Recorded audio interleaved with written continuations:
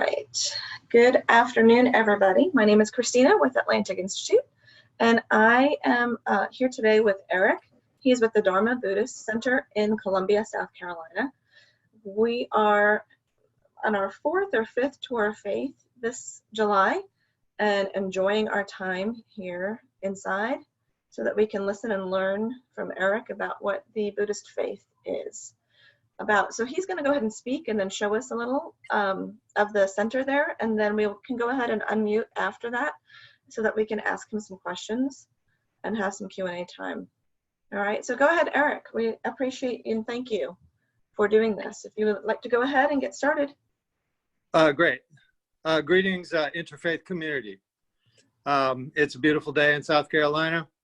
It's a very hot day in South Carolina. First, I'm going to make a couple prepared comments, and then I'm going to reverse the camera and show you around our center. My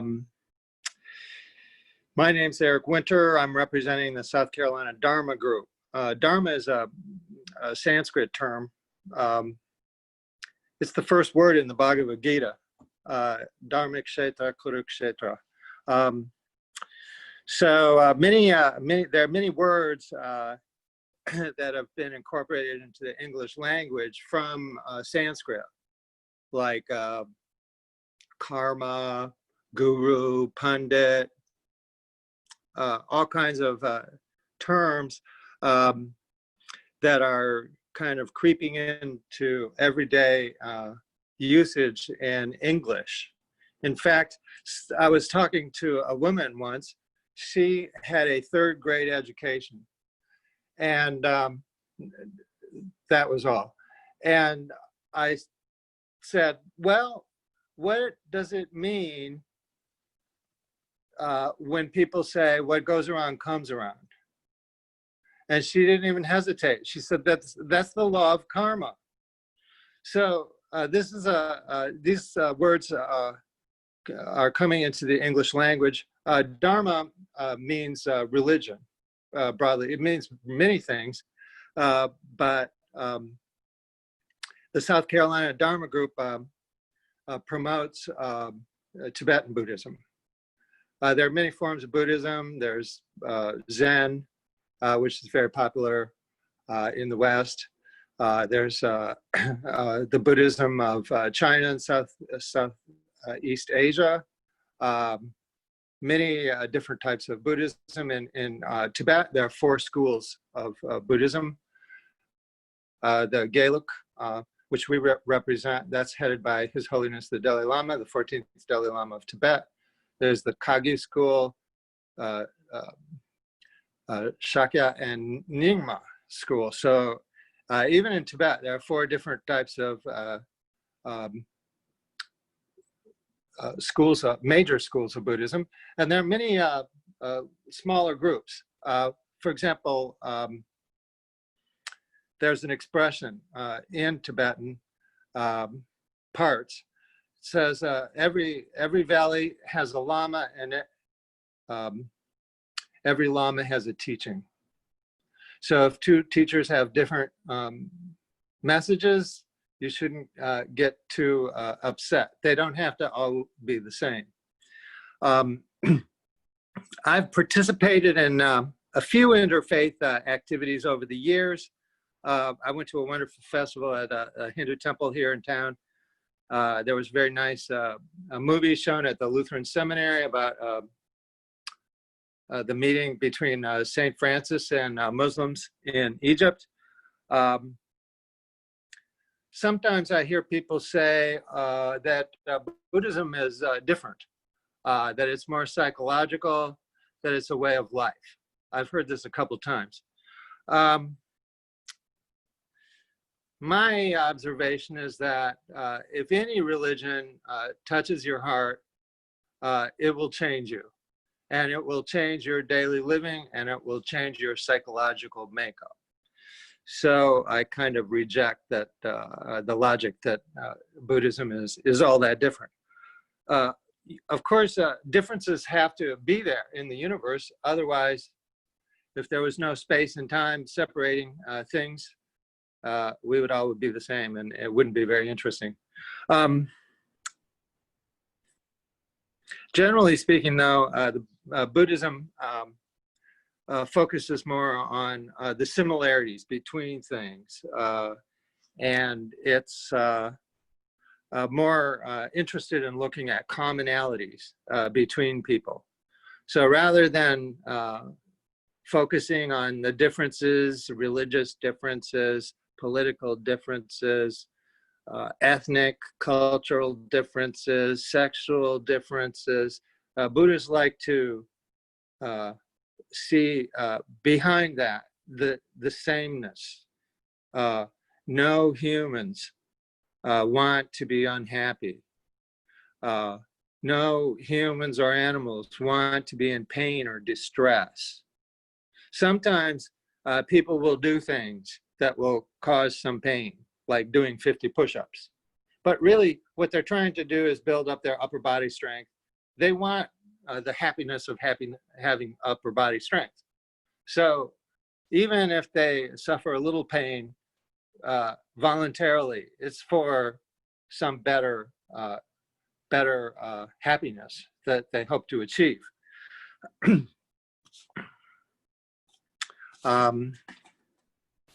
So it can be confusing and even overwhelming if you look at all the differences between people. I would say that really the most important thing for people is other people. If I give $1 billion to you, you might be happy and say, oh, I'm gonna buy the latest Apple phone, and then I'm going to talk with all my friends. And I'm like, no, you have to have your $1 billion and stay on a desert island.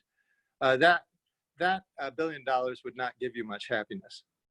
So really, the desire for mutual recognition, that is a spontaneous, uncontrived, unmediated quality of humans. And if you have a cat or a dog, you might include them too. They seem to look to their owners. And you can tell when your cat or dog is happy or unhappy.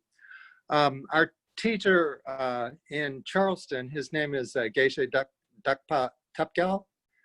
He often says, the point of Buddhism, Buddhist practice, is not to be a better Buddhist. The point of Buddhist practice is to become a better person.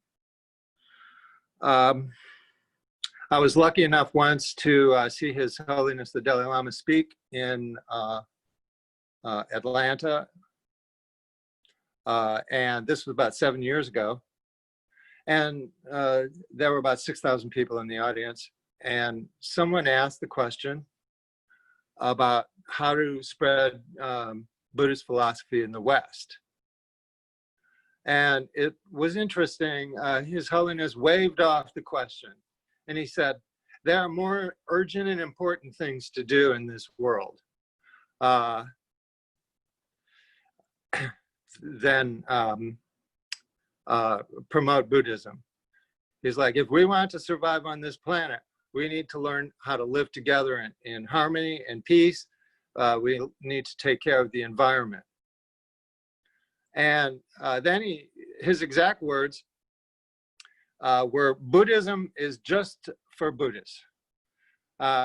So I think that that is generally the spirit that a lot of Buddhists have. They tend, I don't hear many Buddhists bragging that we have the best religion.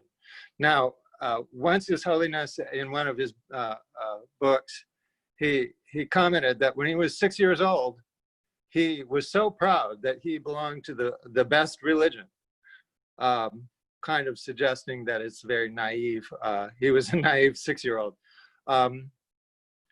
So I would say that really the impulse of most religions is very similar. And I am grateful for forums like the Atlantic Institute, where people can have equal status and there's open space for dialogue.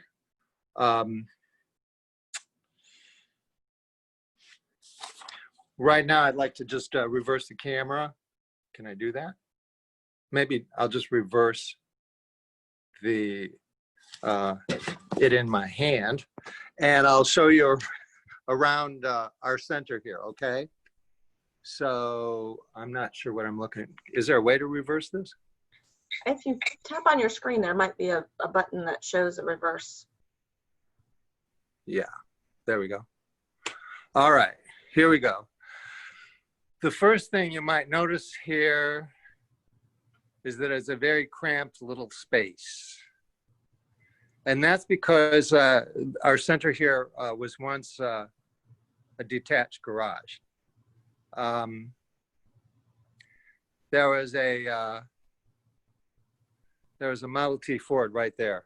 And later on, I pulled in an Audi and I pulled out the turbo unit and replaced it right there.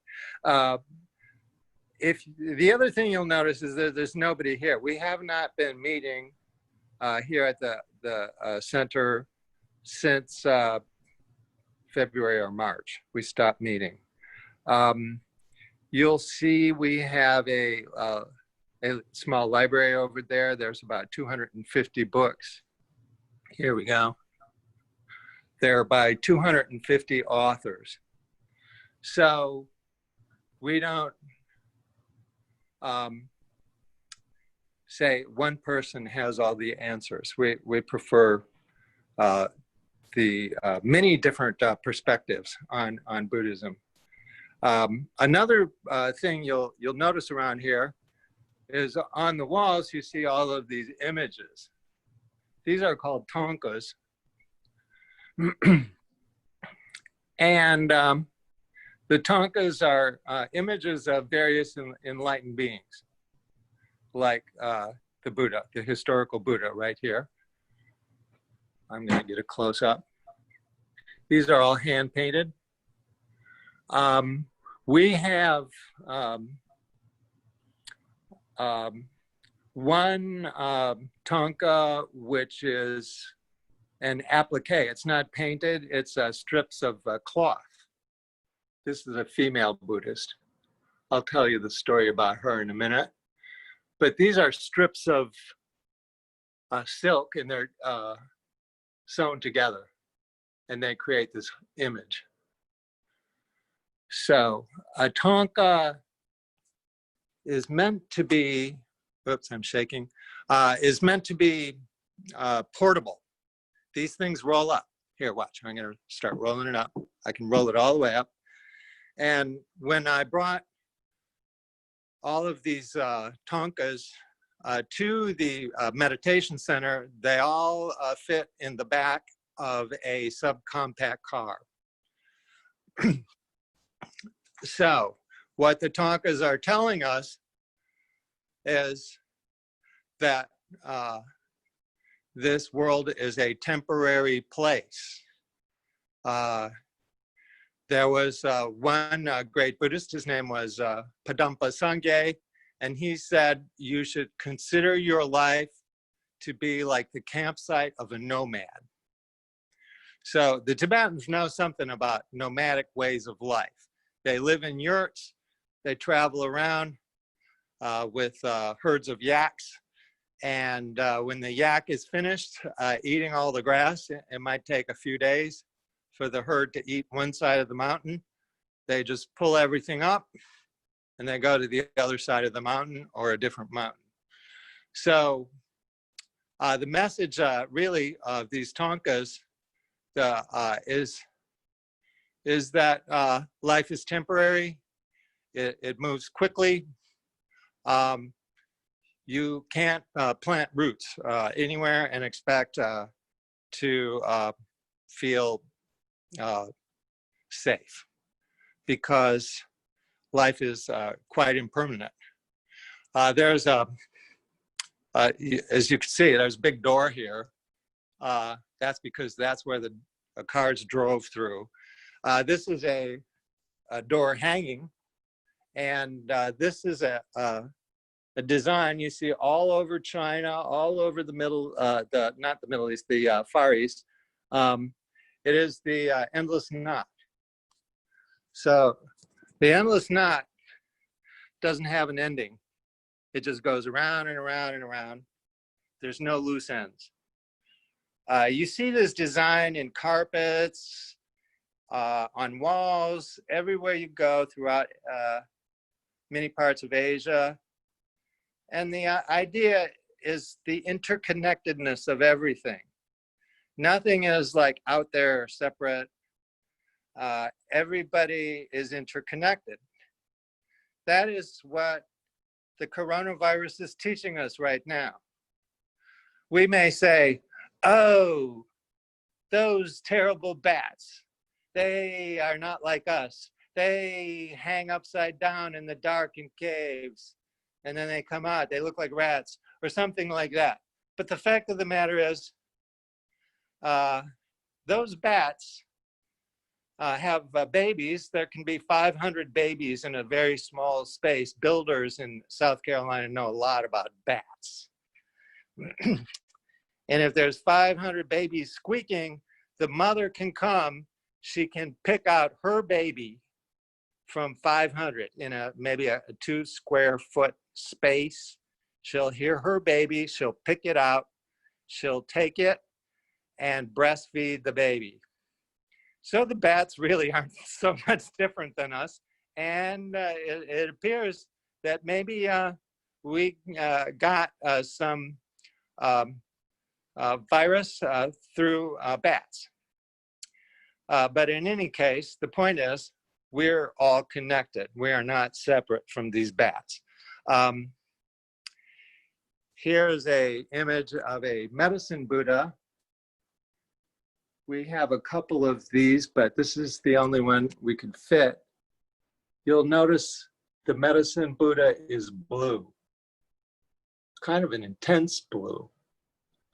Now, many Hindu characters in Hindu religion, like the god Krishna or Vishnu, they are blue.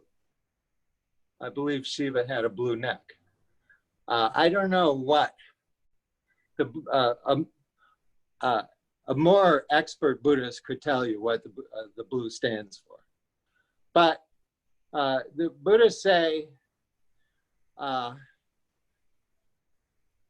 that whoever is sick and ill in this world, may they quickly be freed from their ailments. Whatever diseases there are in the world, may they never occur again.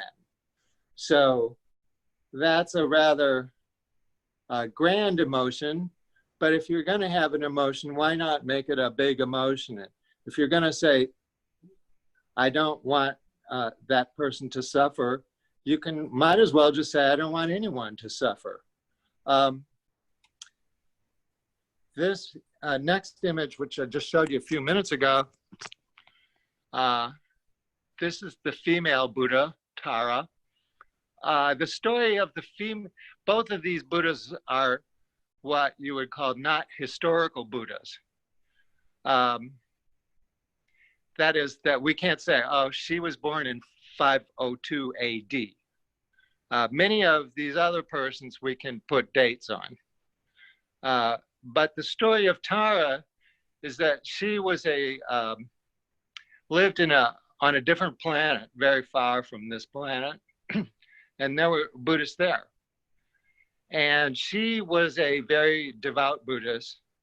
And some holy men recognized that she had extra spiritual and psychic powers. So they approached her and they wanted to give her some advice. And they said, just keep doing what you're doing. And we suggest that you pray to be a man in your next lifetime. And Tara said, no, thanks. And she said, as long, there are many male Buddhas, we need female Buddhas. And as long as I appear over and over again, I will appear only as a female. So in Buddhism, there is no idea that men have some kind of special privilege or insight into Buddhist affairs. In fact, old or any spiritual activities, there's a sutra which came out of India. It's the Heart Sutra. And in the Heart Sutra, there's a description of the Buddha sitting with two other advanced Buddhists. And the Buddha was in a meditation, and one of the other Buddhists asked Shariputra, asked Avalokiteshvara, how does the noble son or daughter of a great family practice the perfection of wisdom? So he specifically said, Riki Bu Riki Bu Mo. That means 2,000 years ago, 2,600 years ago, they were saying that a woman, a daughter, or a son, no difference. Anyone can expand their mind or attain wisdom. This picture here, this Tonka is, I might have to get a little bit closer. It's hard to see. It's a very busy image. This is called the Jewel Tree of Tibet. And what, the image went. What? It's back. So what you see if you get really close is a lot of little people in there. And these are all lineages, all these people. My camera is almost touching the screen here.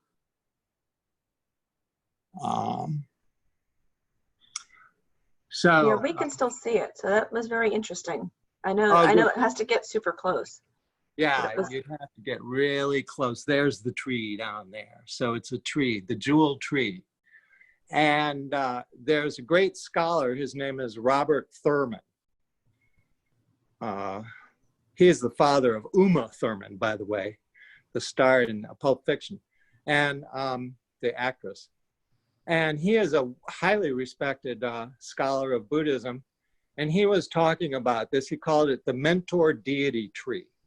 In other words, anybody who's a teacher and you have respect for, you can, in your mind, you can put them in this tree. He even mentions secular humanists. He said, you can put the secular humanists in there, you know, like Sam Harris, if you want, you know, or someone, they don't have to be any teachers. So when you recognize a teacher and honor a teacher, you're cementing the wisdom of the teacher in your own heart. You're saying, yes, I recognize that person, she has wisdom, and by pointing or acknowledging her wisdom, it causes wisdom in your own heart to increase. I'm going to move over here. I'm going to just move along here. This is a traditional Buddhist altar, Tibetan Buddhist. Again, the whole idea is this whole thing can be packed up and put on the back of a yak, and you move away. You can go wherever you like. What you see, if we look closer, is the kind of things you might see. For example, like in a Catholic church, there's incense, flowers, some incense back there, candles. We have bells, gongs. Here's a gong. So the point of the gong is to wake your mind up. And the point of the altar is to invite all of the enlightened beings into your presence, and then to offer them incense, flowers. I often put a little cookie right there, right here. But the main thing is that enlightened beings don't need our incense, but we need their teachings. So it's good to acknowledge that we have honor and respect for the teachings of these various lines of Buddhism. Here's another female Buddha here. This is Green Tara. Green Tara is very central to Tibetan Buddhism. All 4 schools of Tibetan Buddhism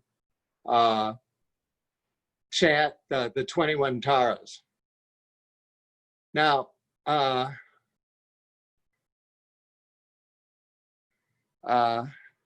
it's very interesting to me. Much of Buddhism was originally written in Sanskrit.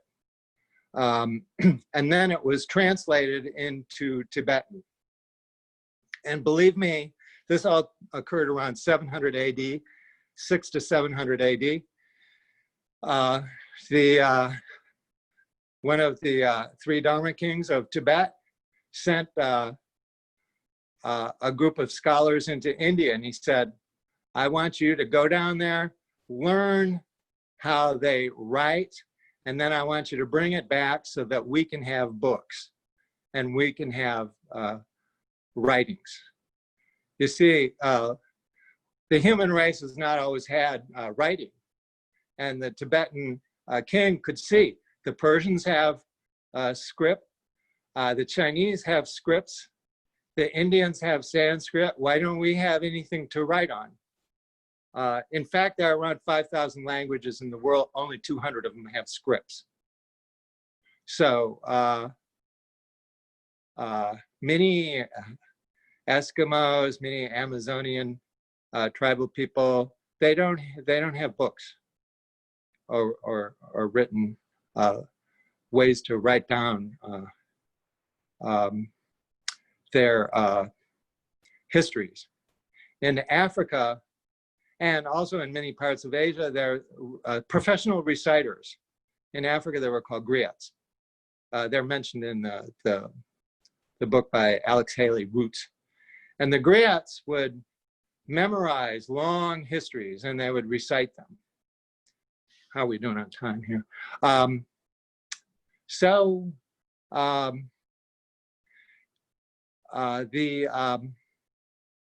The Tibetan king brought in a script, and many of the Sanskrit works by Buddhists in India were brought into Tibet. Now, there are 2 different language groups. Sanskrit is in the Indo-European family tree. Tibetan is in the Sino-Tibetan language tree. So to me, it's very interesting. Linguistically, it was quite a creative project. Here we have some Tibetan furniture. This is wooden painted furniture. One of our members, Savannah Marion Etheridge, she got this old chest someone had. We could recognize it was Buddhist. We didn't know how many hundreds of years old it was, but it was stripped, and she repainted it.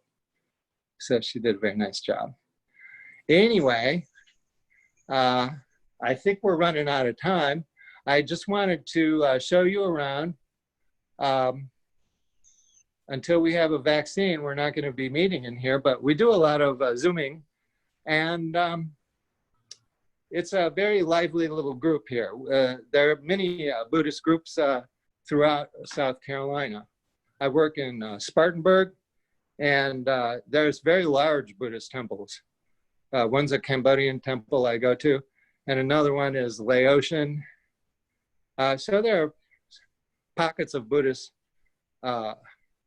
all across South Carolina.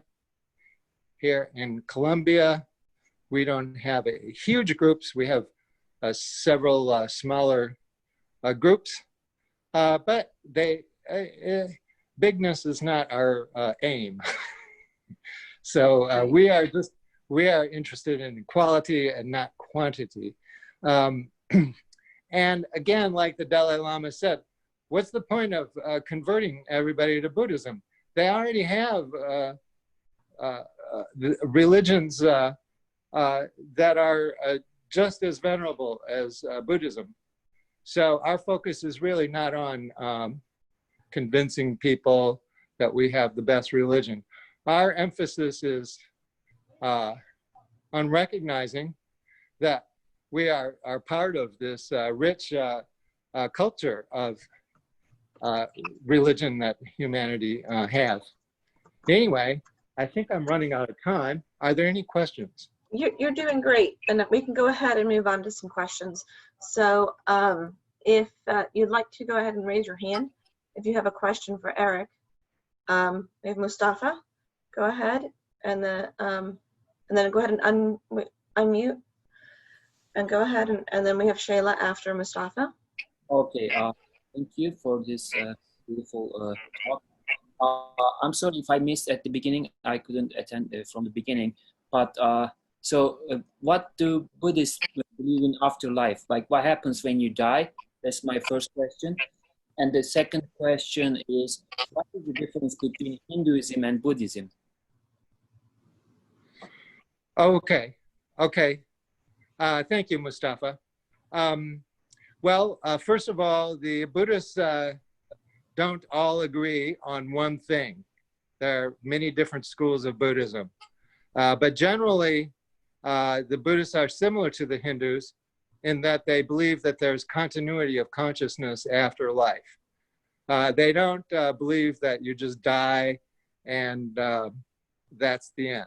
They feel that human consciousness carries on, and many Buddhists believe in reincarnation, the idea that you die and that you are attracted to another body, something that you are very interested in, and then your spirit goes to that place. So I might be reborn as a bird. I might be reborn as a porpoise because I like to scuba dive.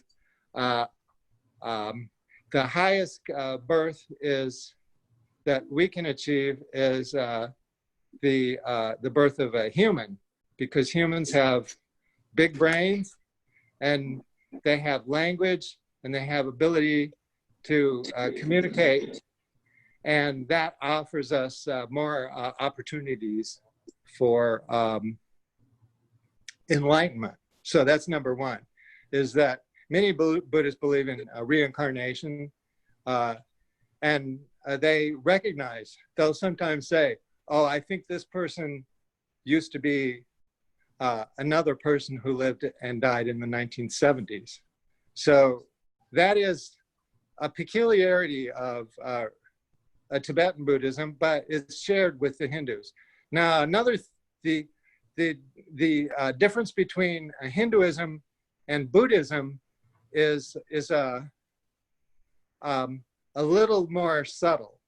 The Buddhists have some subtle philosophical differences from the way things are looked at in some Hindu texts.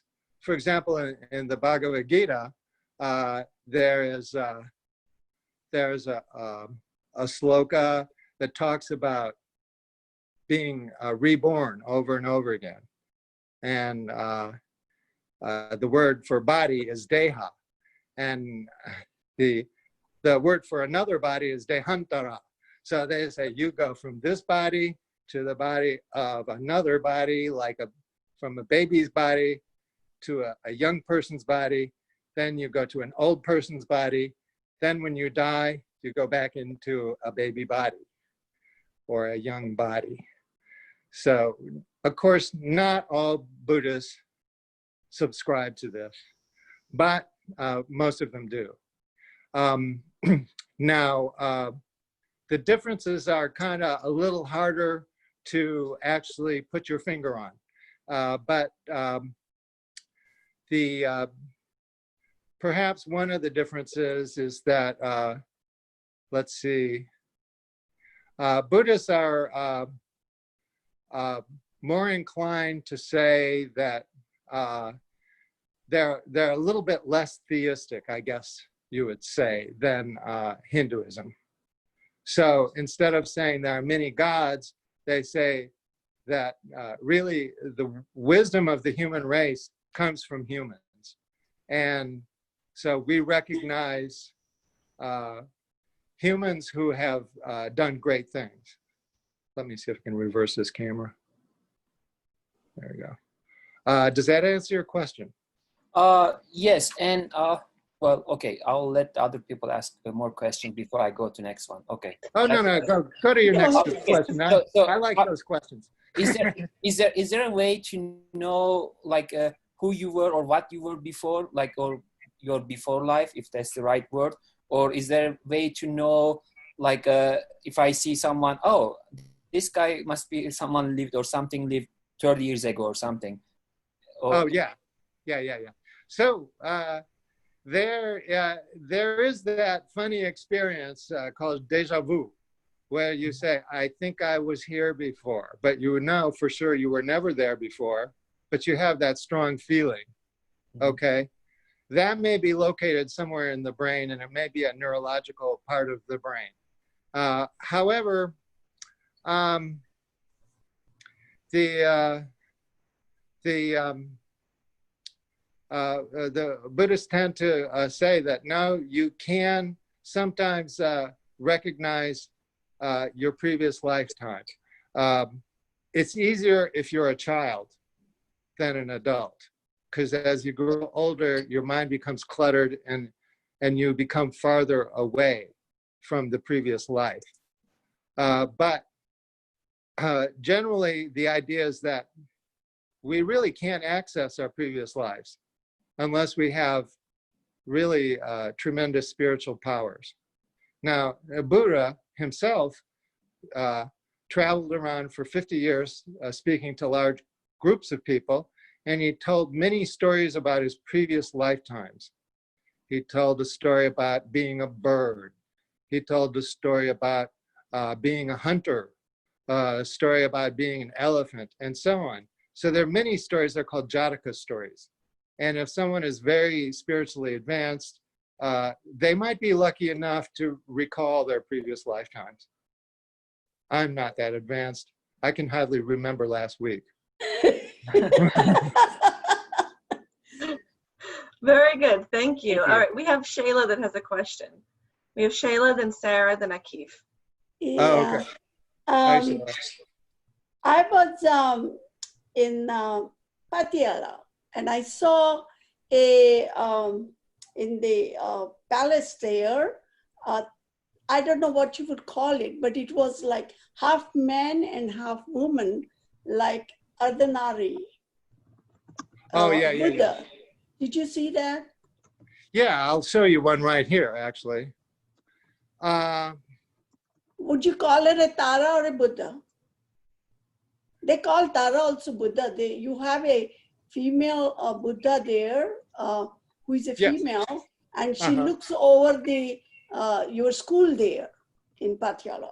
Right over the on the right side there is a big window, and there are people studying Buddhism on the other side. Oh, yeah.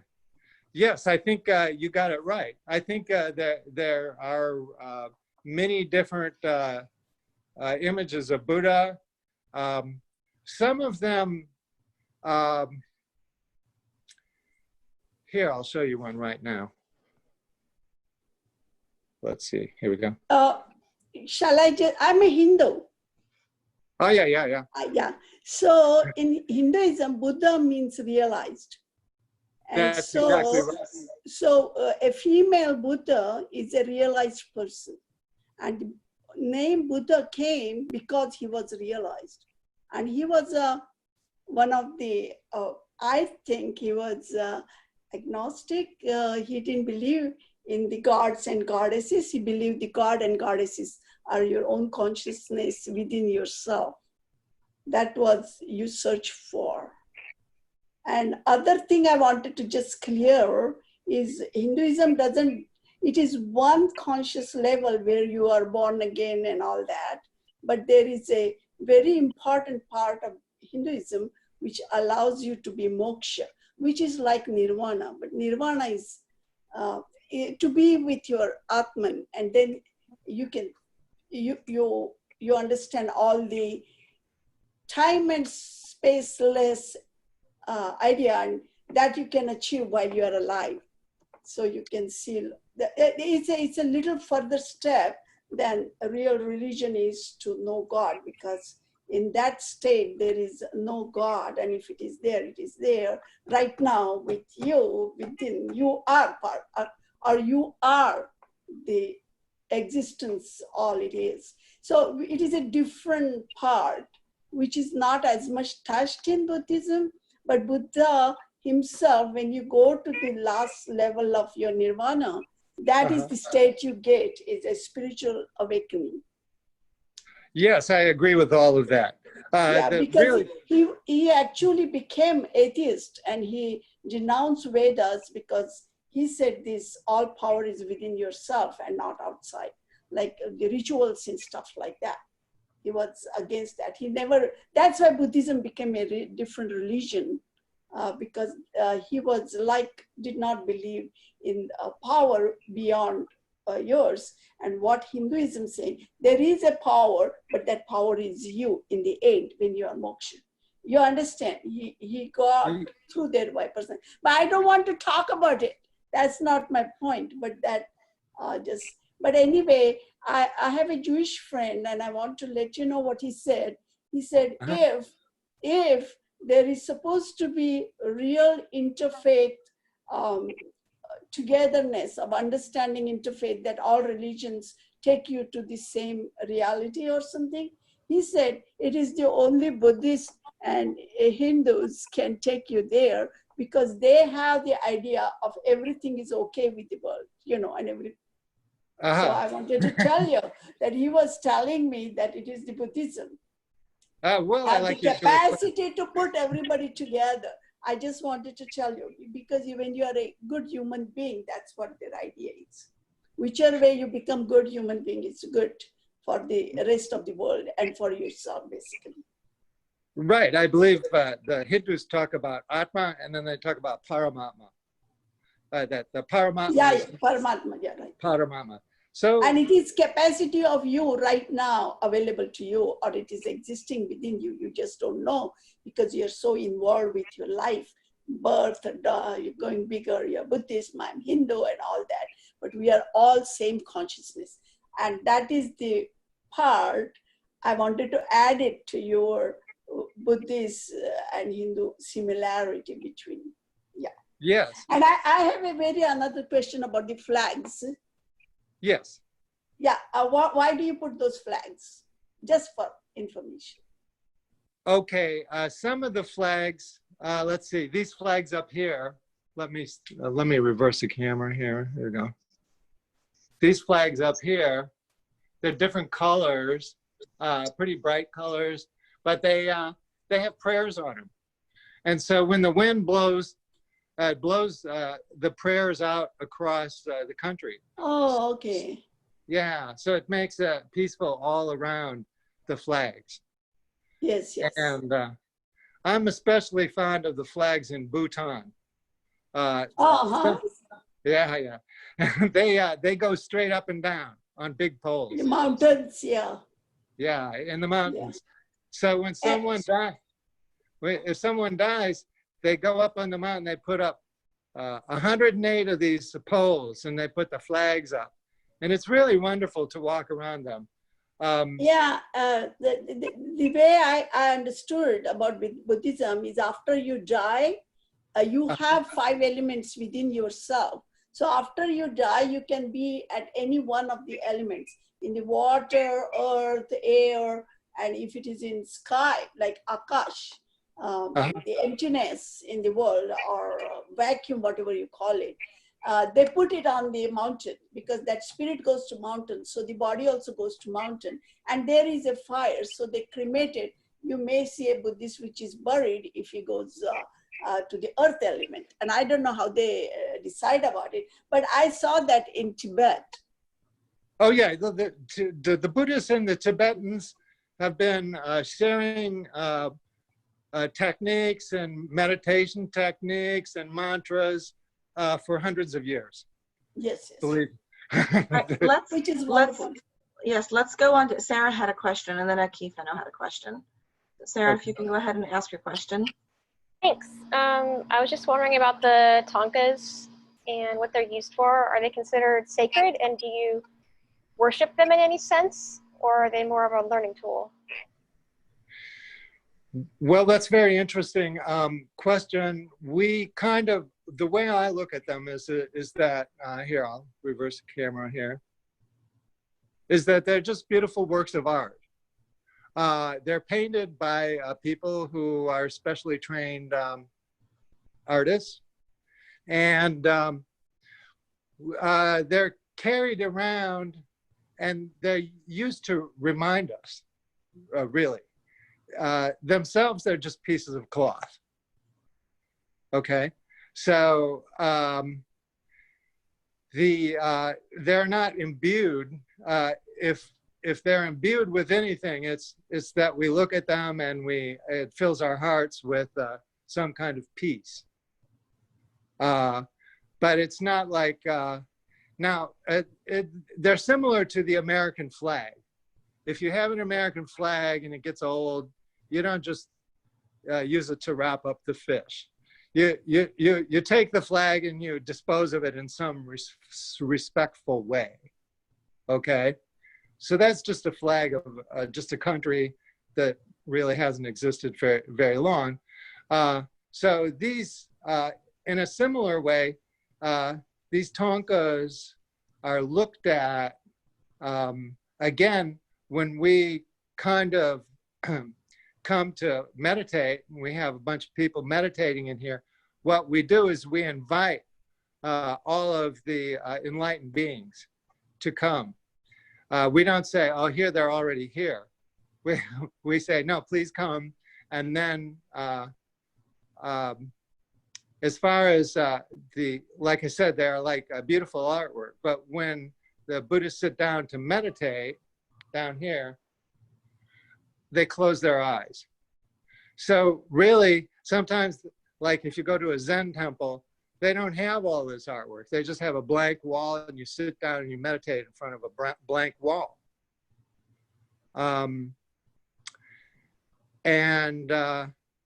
When the Tibetan Buddhists come, they see all these things, but then they sit down just like the Zen Buddhists, and they close their eyes, or they close their eyes halfway, and then they go into themselves. So the point is to look inward and not to look outward at the paintings. We can look at the paintings or these tonkas, or the statues. The Sanskrit word is murti, a form. And when we look at them, we want to, appreciate them kind of as symbols, not exactly like this is the Buddha himself, or these are Buddhists. If we look down here at our altar, this is our teacher, Geshe Topgal. So he's just a human being. He's still alive. Here's another monk we had right here. He passed away about 6 years ago. Here's His Holiness the Dalai Lama. And here's the future Buddha, Maitreya Buddha. I could be wrong about that. I'm not sure if you can see that well. But in any case, that's the kind of way I look at these tonkas anyway, is that they are like meditation aids. So you roll them and you look at them, you appreciate them, then you meditate and chant mantras. You don't need all this paraphernalia to sit down and meditate. You can meditate in a cave. It's okay. Very good. Thank you. All right. We have another question from Akif, who had his hand raised. Thanks so much, Christina, for leading this wonderful program. And thanks so much, Eric, for the presentation. Really appreciate it. I have a question about the existence of God. Is Buddhism considered to be a monotheistic religion? And also, do you believe in hell? Okay. Heaven? Is there any ability of life? Those are all kind of questions, maybe in tying each other, if you can address those questions. Thank you. Sure, sure. Well, the way the Dalai Lama puts it is that he says, well, there's two types of religion. There's the theistic religions, and then there's the non-theistic religions. So if you want to make a distinction, you can say there's religions that say, you know, there's one God, and then there are religions that say there are many gods, maybe like, for example, maybe Hinduism, although some Hindus would say Vishnu or Shiva is the ultimate. However, in Buddhism, it's more non-theistic. Instead of saying there's a God, we say that here we are, this is the world, and we're in it, and there's wisdom, and we can access that wisdom. Like the other woman was talking about moksha or nirvana. Now, as far as the Buddhists tend not to argue too much about a God versus no God. And the reason I think is very simple is that if you ask 10,000 people, what is your definition of God, you will get thousands of different definitions, won't you? There's very few people will say the same exact thing. So rather than say, oh, there's a God or there is no God, the Buddhists prefer to say that there's wisdom.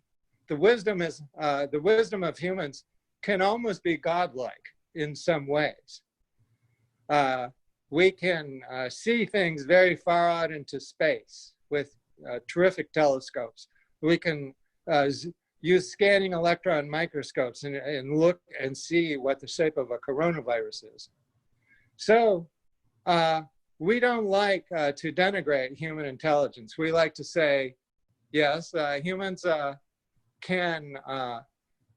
they're capable of great wisdom and great peace and great compassion to other people.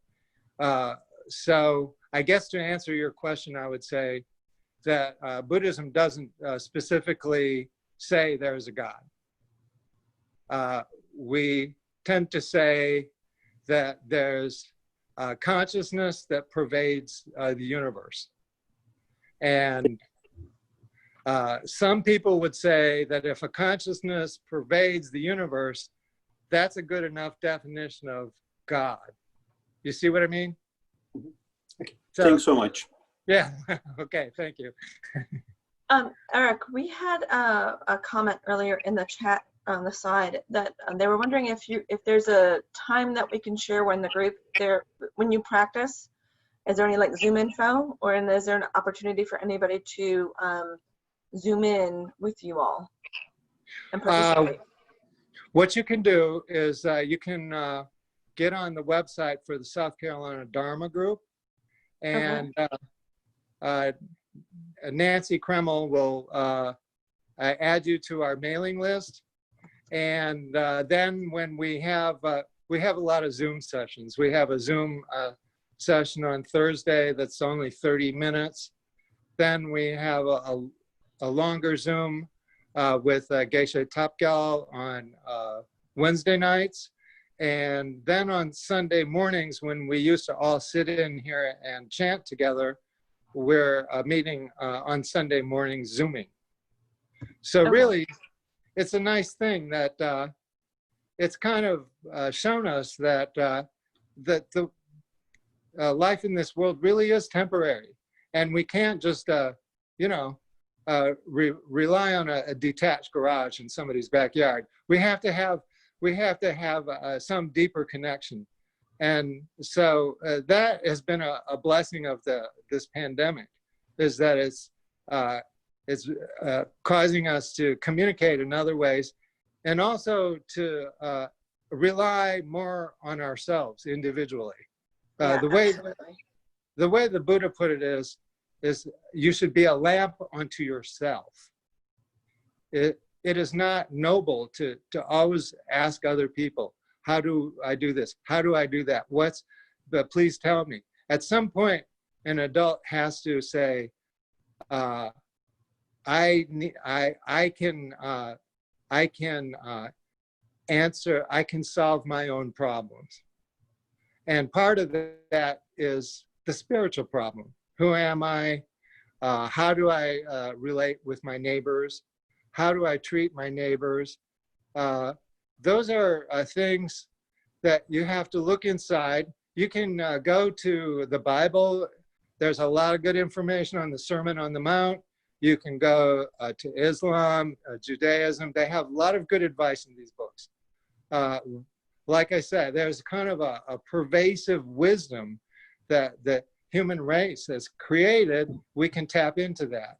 But ultimately, the Buddha said, you have to look deeply into your own heart and establish your own, only you can achieve peace.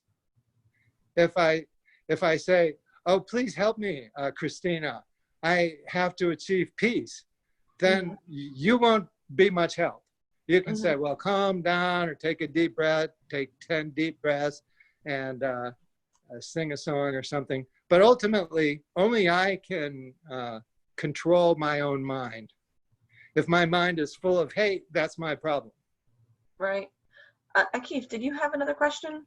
Yes, if no one else has a question, I don't want to actually take someone else's right or opportunity. But I have another follow-up question. As you said, Eric, the emphasis on the life is temporary. As a Muslim, I'm a Muslim, and this is an emphasis in Islam too. The life is temporary. I think your analogy of nomad, like you are kind of traveler, is the same similar way in Islam. You are a kind of traveler. So therefore, do not attach your heart and life to this word so much as part of Islamic understanding and emphasis. So, but the kind of here for the Muslims, once you acknowledge this life is temporary and really not much emphasis on it, so that's kind of in one way heartbreaking, because you want to take the pleasures, a lot of fun, a lot of opportunities. The way that you kind of see the opportunity as a Muslim, you say, okay, it's temporary, but after the death, there is a beautiful life waiting for you. It's like so eternal happiness if you do well, basically, not guarantee, but if you do well and comply with the God's rules, then you will have the opportunity of eternal happiness in the heaven. So how do you, as a Buddhist, in fact, my understanding, there is no hell and heaven, because there is no, if that's correct. So how do you really kind of get like along with this life is temporary, do not attach too much, the suffering is in the heart of the philosophy, yet there is no backup, or there is no really after that's promise to have a better life. So is there any kind of balancing of this temporary versus afterlife? What's waiting for you? I don't know. Oh, yeah. Let me, you asked this question earlier and I didn't answer, so let me answer. The Buddhists do believe in heaven and hell. They say if you are a really bad person and you are continuously engaged in conning other people, committing crimes, you're careless about other humans, then when you die, we have no control. The control is gone. We can't say, oh, I want to go to Jupiter. No, we lose control when we die. The only thing that depends on whether we end up in a heaven or a hell is our actions right now in this world. One thing the Buddhists do kind of say is that there are places on earth that are like heaven, and there are places on earth that are just like hell. Just like, for example, here in America, we have supermax prisons, and if somebody is acting out, they throw them in solitary confinement, and they leave them there for like 6 months. So that's like being in hell. It really is a form of torture and should not be allowed, but we do it anyway. So even in this world, we can look around and see, oh, that place over there, the Bahamas, that's like heaven. That place over there where there's all kinds of, it's a war zone, people are being bombed, people being tortured, killed, raped, women raped, that's like hell. So we don't need to look into the universe for heavens and hells, but the Buddhists do say there is a heaven and there are hells, and there's all kinds of intermediate places. But they tend to think that these places like heaven is not eternal, hell is not eternal. As long as we do not have a certain level of enlightenment or liberation, we are going to be going around and around heavens and hells and other places. So that's the idea of reincarnation, is that our acts now determine what happened, what's going to happen in our next life. If we are born in a nice place, or we're born in a terrible place, or we're born in a hellish place. And the emphasis is really to get out of both of those places and to be liberated at some point, if not now, maybe in your next life or the next life. So Buddhists, they sometimes pray, may I be born where religion is practiced. They don't want to be born in a country where there's some dictator who is telling them they can't practice their religion or their faith. They want to be born in a country where there's freedom of religion. And that's a very specific prayer that Buddhists have, that they're praying to go into another life where they can continue the path, and they can continue adding to their understanding and compassion for other people, helping other people. So really that's what Buddhists pray for. They don't pray for heaven. They pray to return to this world so they can help suffering people. So there's a book called The Way of the Bodhisattva. It was written by Shantidev. It was written in Sanskrit. It was almost instantly translated from Sanskrit into Tibetan, and it was widely disseminated throughout Tibet. But the notion of that there are like lots of descriptions of heavens and hells in Buddhist teachings. But Buddhists say, for me, I want to return. As long as there are people suffering in this world, I want to return and work for the benefit of all humankind. It would be not, heaven is a nice place for a little while, but really the work, the hard work that needs to be done is right here on this world. There are plenty of people suffering.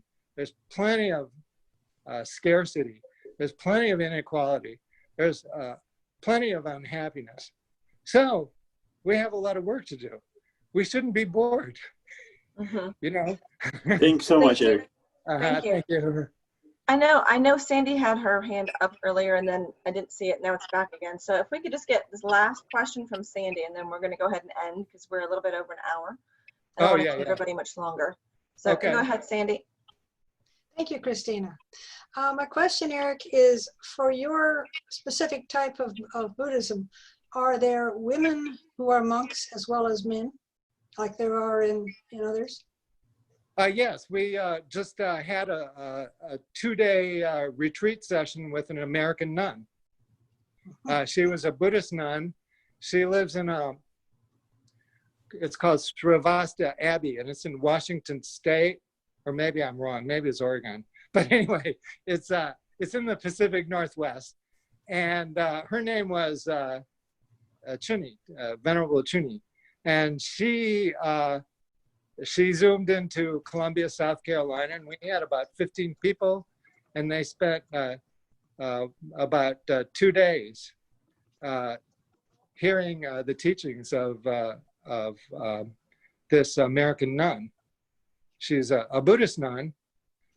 If you go into Buddhist countries, there are many nuns and many monks. So there's many monasteries, and they're either full of men or they're full of women. And so Buddhists will accept teachings from a woman just as happily as from a man. Good, thank you. I know up in Hendersonville, there's Panavati Bhikkhuni and Panadipa Bhikkhuna who are teaching there at Yes. Heartwood and doing very good work. Yes, and I've heard there's some female teachers in Greenville with large Buddhist groups. I have not been to them, but I've seen them online. So there are plenty. I would say really Buddhism and Buddhist philosophy attracts a lot of attention from women because we try not to be sexist or any of those things that create anger or hostility towards other people. We pray that we want to achieve equanimity, free from attachment and anger that holds some people close and other people's distant. So we don't want to say, oh, he's a black man. He is different than me, a white person. Of course, they have different realities and different, of course, there are differences, again, but the similarities are much more compelling, you know. So we're back to where we started from, similarity. We're back, yes.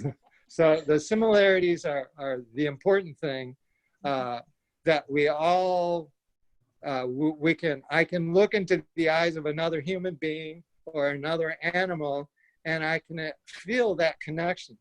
It doesn't have to be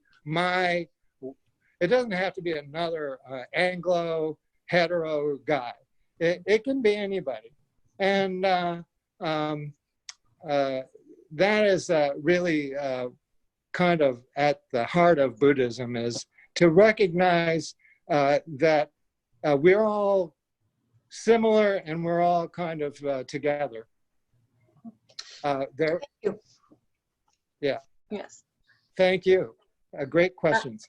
Thank you, everybody, for your questions. And thank you, Eric, for the time that you were able to take to show us around the temple there. And we thoroughly appreciate everything that you did. Our next tour of faith is on Monday evening, and it's a question and answer with Scientology. That'll be our next one. If you haven't signed up for that, you can go ahead and sign up for it now. Oh, super. Thank you. And I just want to thank you yet again. And you guys, everybody would like to go ahead and unmute, and you can say thank you to Eric. And Thanks, Eric. Thank you, Eric. Thank you. Thank you, Eric. Thank you. Oh, thank you, Mustafa. and then we'll go ahead and so thank you very much. We appreciate the time that you took to meet with us and show us all around. I'm honored. Thank you. Thank you, Eric. Thank you. Thank you.